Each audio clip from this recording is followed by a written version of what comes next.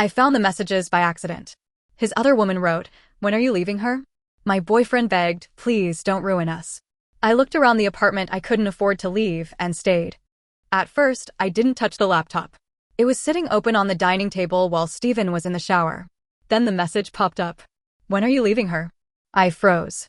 There are moments when your body knows the truth before your mind is ready to accept it. My hand went cold around my phone. My stomach dropped so hard I had to grip the back of a chair. I stared at the screen, hoping there was some innocent explanation. A coworker. A joke.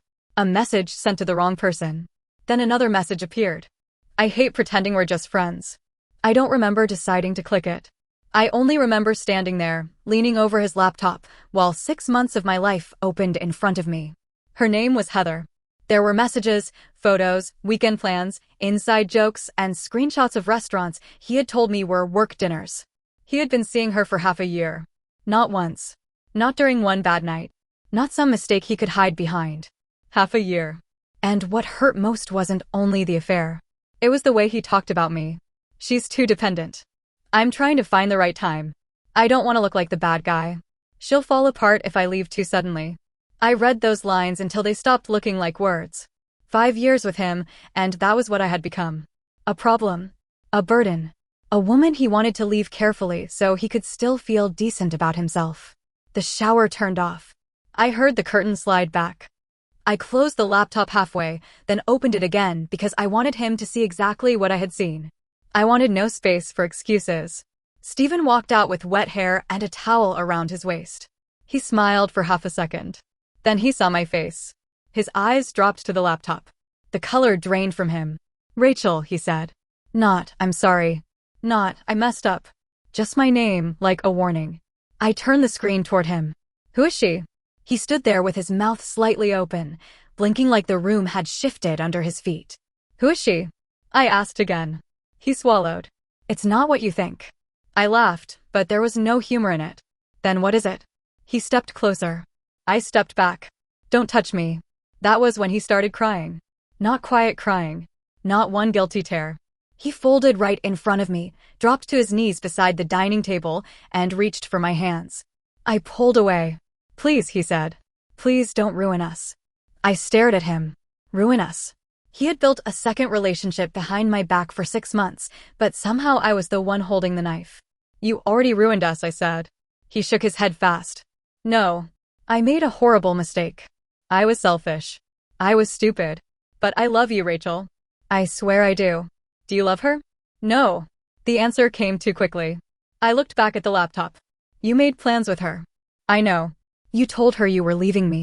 I said things because I was overwhelmed. "You called me dependent." That made him quiet. I stood there in the middle of our apartment, and everything became painfully clear. Not just the betrayal. Not just Heather.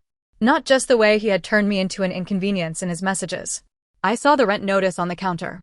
I saw the bills.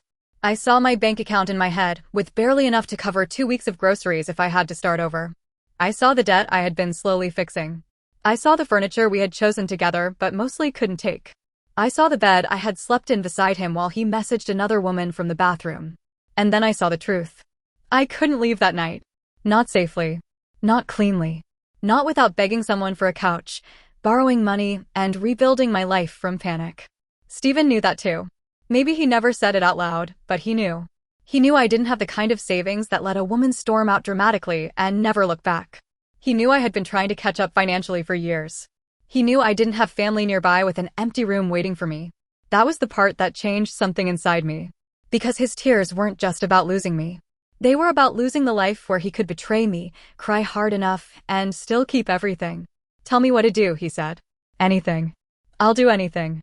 I looked down at him. My chest hurt so badly I thought I might be sick, but my voice came out calm.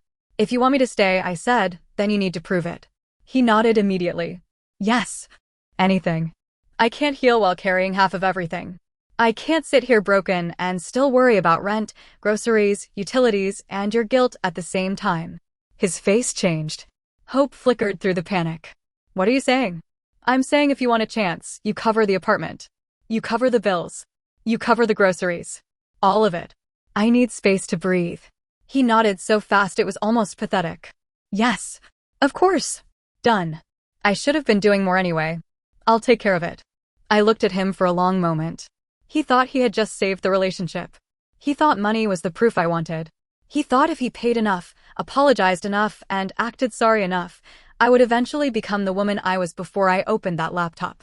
So I let him believe it. I wiped my face. I don't know if I can forgive you, I whispered. He moved closer, desperate. Just don't leave tonight. Please.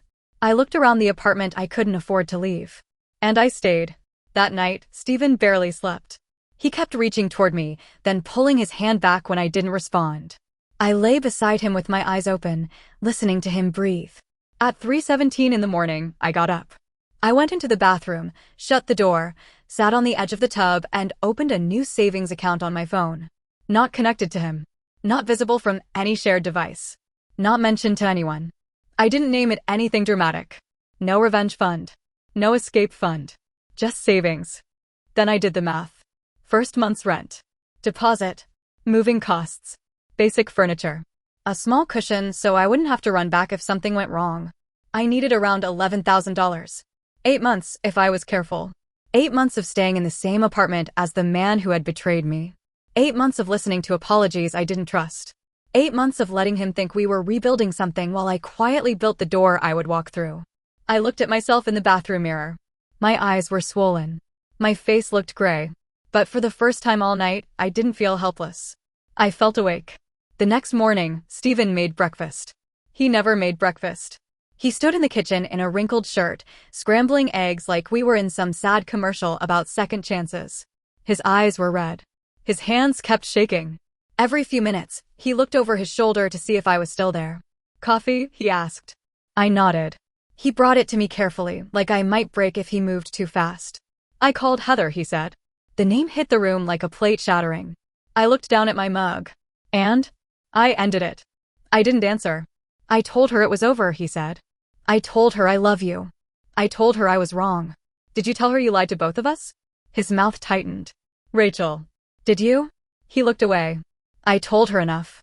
That was the first sign after being caught. Enough. He was still editing the truth to protect himself. I didn't fight him about it. That surprised him. I could see it in his face. He expected screaming. He expected me to demand his phone, call Heather, throw his clothes into the hallway. I didn't. I just said I need honesty from now on. Anything, he said again. That word is easy for you. He flinched. I need the bills handled like you promised. I need space. I need you to stop asking me every 20 minutes if I forgive you. And I need you to understand that I'm not going to perform healing just so you can feel better. He nodded slowly. I understand. He didn't. But he was willing to agree, and at the time, that was enough. Over the next few days, Stephen became painfully attentive. He paid the rent before I could ask. He ordered groceries. He cleaned. He did laundry. He sent me screenshots of payments like receipts could rebuild trust. And I let him. I went to work. I came home. I ate the dinners he cooked. I answered his questions with short, careful replies. I let him talk about therapy, accountability, and doing better. But inside, something had already separated from him. Quietly. I still lived there. I still slept in the same bed some nights, though I stayed on the far edge with my back turned. I still said normal things like, "We're out of paper towels," or "Can you move your car?" But the woman who used to soften when he walked into a room was gone. He noticed. One night, about 2 weeks after the discovery, he stood in the bedroom doorway while I folded clothes. "You don't look at me anymore," he said. I didn't stop folding. "I'm here." "That's not what I mean." I placed a shirt in the drawer. "What do you want from me?" "I want to know if there's hope." I looked at him then. That question almost made me angry because it sounded so innocent. Hope. Like hope was something I owed him because he was scared. "I found out my boyfriend had another relationship," I said. 2 weeks ago. His face fell. "I know. So maybe stop asking me to make you feel less guilty." He nodded and stepped back. That became the rhythm. He wanted signs of progress. I gave him survival. He wanted comfort. I gave him honesty, but only in small pieces. And every payday I moved money. Not all of it. I was careful. I didn't want anything to look strange. I didn't want him asking questions. I paid my phone, chipped away at old debt, and bought only what I needed. Everything else went into the account he didn't know existed. At first, I felt sick every time I transferred money. Then I felt steady. The number went from hundreds to 1,000. Then 2. Then 3. I started checking apartment listings late at night. Not because I was ready, but because seeing them made breathing easier. Small studios. Plain kitchens. No view. No fancy lobby. No memories. I didn't need beautiful. I needed mine. The first real turning point came a month later. Steven left his phone on the bathroom counter while he was shaving. I wasn't looking for anything. I had already learned enough. But his screen lit up as I walked past. Heather. I miss you. I know you said you're trying, but I don't believe you're really done. My heart didn't race this time. That scared me more than panic would have. I picked up the phone and walked into the bathroom. Steven looked at me through the mirror, shaving cream still on his jaw. I held up the screen. His face went blank. I didn't answer, he said immediately. That's your defense? I blocked her before. She used another number. Then block this one. I will. In front of me. He did it. His fingers shook as he tapped through the screen. I watched him, and something settled in me. If I had needed one last reason to keep going, there it was. He hadn't chosen honesty because it was right. He was choosing it because he kept getting caught. That night, he sat on the floor beside the bed, elbows on his knees, face in his hands. I hate who I became, he said. For 1 second, I almost comforted him. Then I remembered every message where he had made me smaller so his betrayal could feel less ugly. I hope you do, I said. He looked up at me hurt. I didn't apologize. After that, he stopped expecting softness. He still tried, but differently. He paid every bill. He showed me receipts. He sent me updates when he went out. He came home early. He avoided the gym where he had met her. He wanted me to see the change. I did see it. That was the complicated part. He was trying. But trying after betrayal feels different when the person only starts after the evidence is in front of them. By the 3rd month, my secret account had enough money to feel real. By the 4th, my credit had improved. By the 5th, I had stopped imagining a future where we survived this. Steven didn't know that. He thought quiet meant healing. But quiet can also mean someone has stopped giving you access to the war inside them. The longer I stayed, the more people around us started noticing things were different. Steven's guilt made him nervous in public. He watched my face after every joke, every silence, every casual mention of couples or trust. At first, people thought he was being sweet. Then they noticed I wasn't responding the way a loved girlfriend should. One night, we went to a small birthday dinner for someone he knew. I didn't want to go, but I also didn't want questions about why I had disappeared. So I wore a simple black dress, sat beside him, and smiled when I had to. Halfway through dinner, someone made a joke about work wives. The table laughed. Steven went pale. I didn't say anything. I just took a sip of water. He leaned toward me and whispered, "Are you okay?" I said, "Don't do that here. You don't get to panic every time your own choices enter the room." He pulled back. The rest of dinner was quiet. On the drive home, he gripped the steering wheel too tightly. "I'm trying," he said. "I know. You say that like it doesn't matter." "It matters," I said. "It just doesn't erase anything." He breathed out hard. "So, what am I supposed to do? For once? Sit with what you did without asking me to turn it into hope." He didn't answer. That was how most of our conversations went by then. Not screaming. Not chaos. Just truth landing heavily, with nowhere comfortable to go. I know some people will hear this and think I was wrong for staying when I already planned to leave. Maybe I was. But I know what it felt like to stand in that apartment with no real exit. I know what it felt like to realize the person who broke me could still afford the rent, still move through life with options, while I had to calculate whether dignity or shelter mattered more. So yes, I stayed.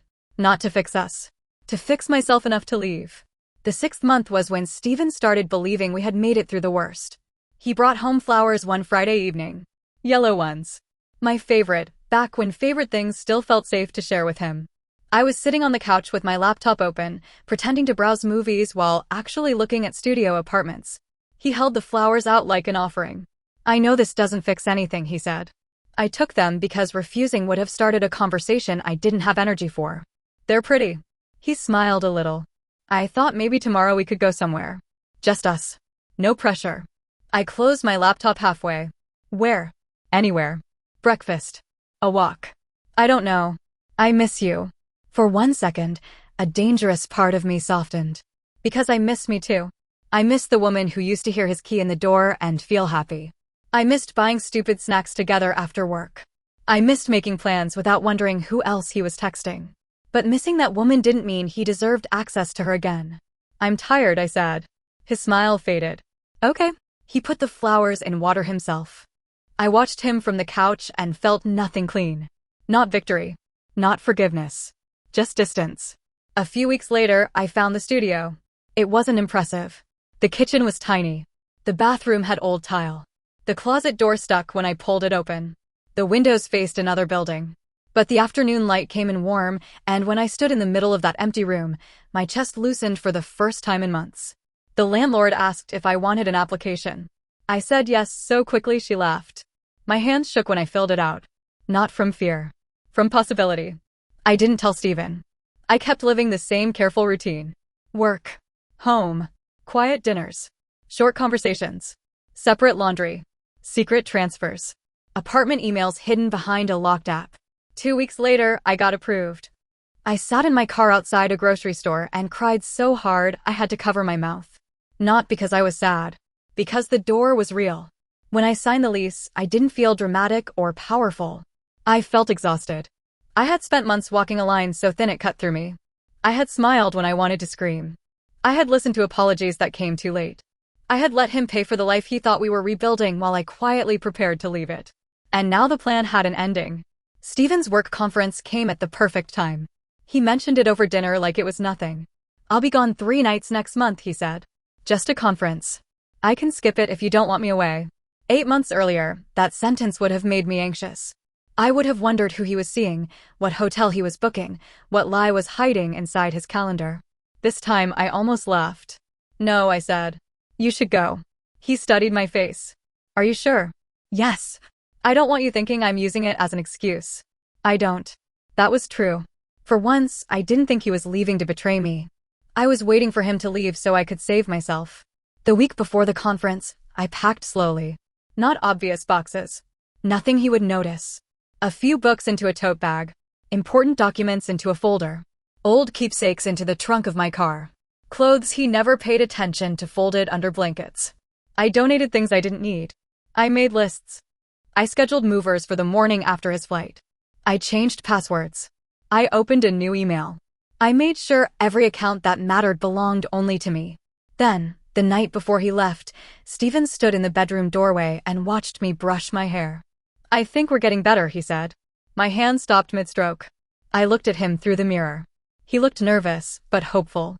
That hope landed in my stomach like a stone. You do? I asked. He nodded. I know it's not perfect. I know I don't deserve easy. But you're still here. That has to mean something. I turned around.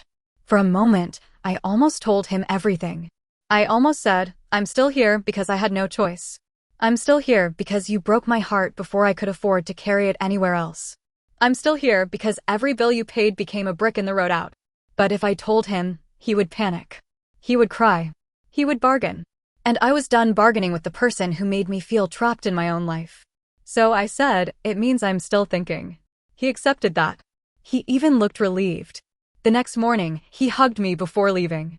I love you, he said. I closed my eyes. I didn't say it back. He noticed. I know he did. But he picked up his bag, kissed my forehead, and left.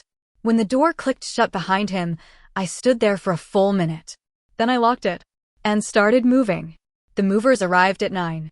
I expected to feel nervous, but once they started carrying boxes out, I became strangely calm. There is a kind of peace that comes when your body finally catches up to a decision your heart made months ago. The couch stayed because it was his. The dining table stayed because he bought it. Most of the kitchen stuff stayed because I didn't want to fight later about who paid for what. I only took what was mine. My clothes. My books. My documents. The lamp I bought before we moved in together. The framed print from my first apartment. The blanket my sister gave me years ago. I didn't destroy anything. I didn't leave a mess. That mattered to me. Maybe because some part of me needed proof that I was leaving, not attacking. By noon, my life fit into a small studio across town. The place looked almost empty after the movers left. A mattress on the floor. Boxes against the wall. 2 bags of groceries on the counter. No curtains yet. No couch. No history. I stood in the middle of it and listened. No shower running. No laptop notifications.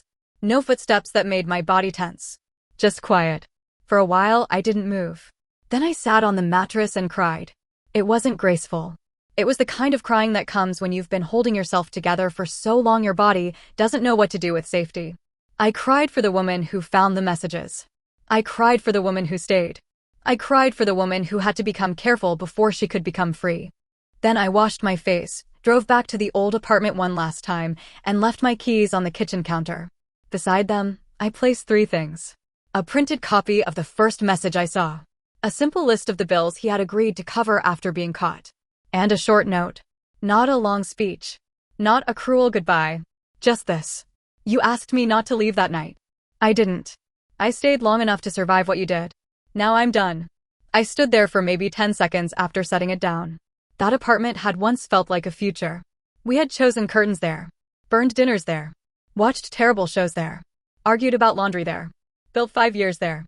By the end, it felt like a room I had been recovering from. I walked out and shut the door quietly. Then I blocked his number. Not because I wanted to punish him. Because I knew if I heard his voice too soon, he would try to pull me back into the version of the story where his pain needed immediate attention. I wasn't available for that anymore. Stephen came home 2 days later. I know because my sister, Brenda, called that evening. I almost didn't answer. When I did, she didn't even say hello first. Are you safe? Yes. Good, she said. Then she exhaled. He called me. I sat down on the edge of my mattress. What did he say? He was crying. He said he came home and your things were gone. I left a note. He read it to me. Of course he did. What else? Brenda was quiet for a second. He said he knows he hurt you, but he thinks what you did was cold. I laughed once, but it didn't sound happy. Cold. I'm not saying I agree. I know. He asked where you are. I didn't tell him. Thank you. He also said he thought you two were healing. That one landed harder than I expected. Because I knew he believed it. Stephen had spent 8 months living inside a second chance I had never truly given him. He had mistaken my silence for progress. He had mistaken my presence for hope. He had mistaken his financial guilt for repair. And I had let him. I could defend it 100 ways. I was trapped. I needed money. He broke the relationship first. He made choices for 6 months before I made mine. I didn't steal from him. I didn't force him to offer anything. All true. Still, truth doesn't always make something clean. The next morning, an email came through from an address I didn't recognize. I knew it was him before I opened it. The subject line was, "Please read this." I shouldn't have. But I did. He wrote that the apartment felt haunted. He wrote that he kept looking at the dining table, expecting me to be there with my coffee. He wrote that he knew he had destroyed my trust, but he believed we had been rebuilding something real. He wrote that paying the bills never felt like a punishment because he thought it was part of earning me back. Then he wrote one line that made me stop breathing. You didn't forgive me. You just learned how to leave me slowly. I sat there staring at it. Because he was right. Not completely. Not fairly. Not in a way that erased what he did. But right enough to hurt. I didn't answer. Over the next week, the story reached people in small pieces. Not publicly. Not online. Just through the quiet way breakups travel. Brenda thought I did what I had to do. She said survival isn't always graceful, and nobody gets to judge someone for building an exit after their safety falls apart. Jessica called it the smartest thing I had ever done. He wanted forgiveness because it was convenient, she told me. You gave him consequences with a calm face. But Rebecca looked at me differently when I told her the whole thing. She didn't yell. That made it worse. She just sat across from me, stirring her drink long after the ice had melted.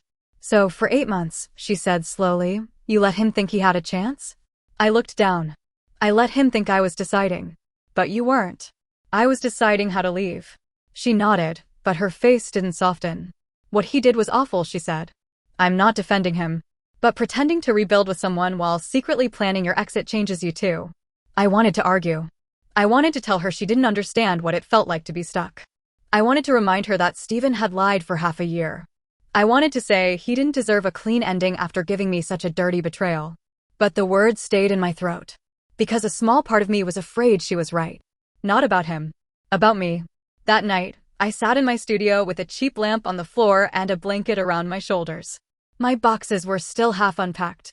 My dinner was a bowl of cereal because I didn't own a proper pan yet. And for the first time in months, nobody was watching my face for signs of forgiveness.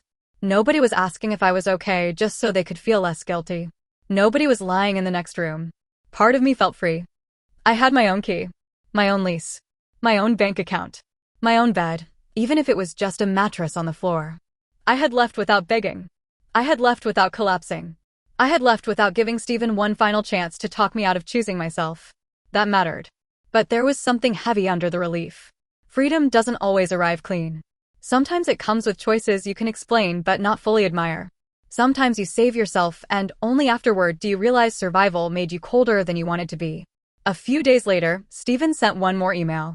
I didn't open it right away. When I finally did, it was shorter than the first.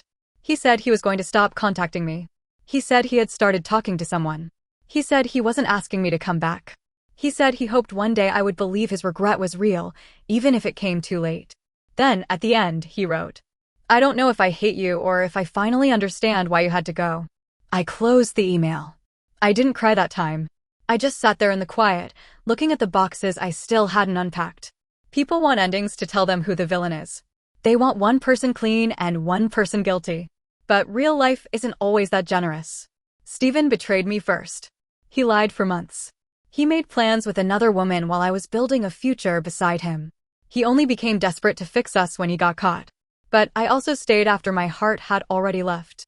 I let him pay for the life he thought we were repairing, while every dollar helped me walk away from it. I gave him calm instead of a final answer. I called it survival because that's what it was.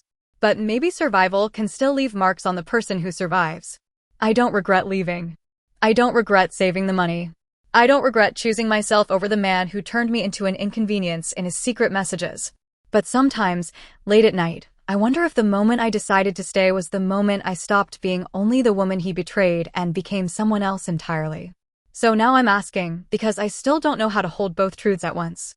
Was I justified for staying long enough to build my way out, or did I cross a line when I let him believe forgiveness was still possible?